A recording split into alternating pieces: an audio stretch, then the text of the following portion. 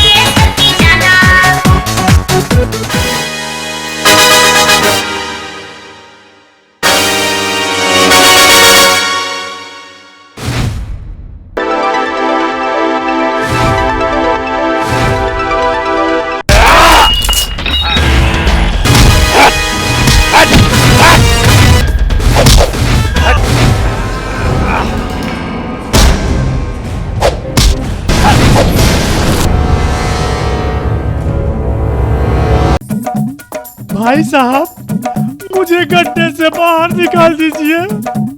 चल सारे, दारू पी के गड्ढे में गिर जाते हैं, बोलते हैं बाहर निकालने को।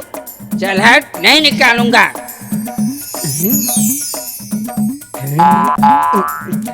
दीजिए अपना हाथ, आपको गड्ढे से बाहर निकाल दूं। आगे, थोड़ा और आगे, थोड़ा और, थोड़ा।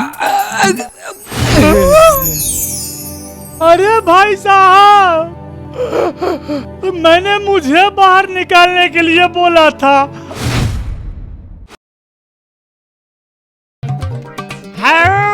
कितना बड़ा